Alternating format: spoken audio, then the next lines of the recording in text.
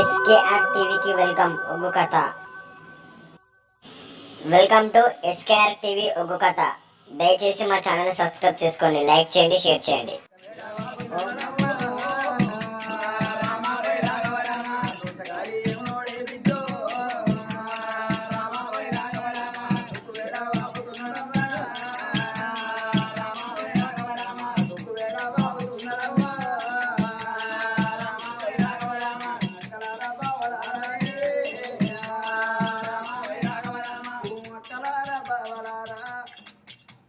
నేనెళ్ళిపోతున్నానమ్మా, నా పిల్లలు సిన్నోళ్ళు బుద్ధిగా నవరాను లేక కడుపునా నేను కంటే కన్నతో మీరుగా నుండే అమ్మా.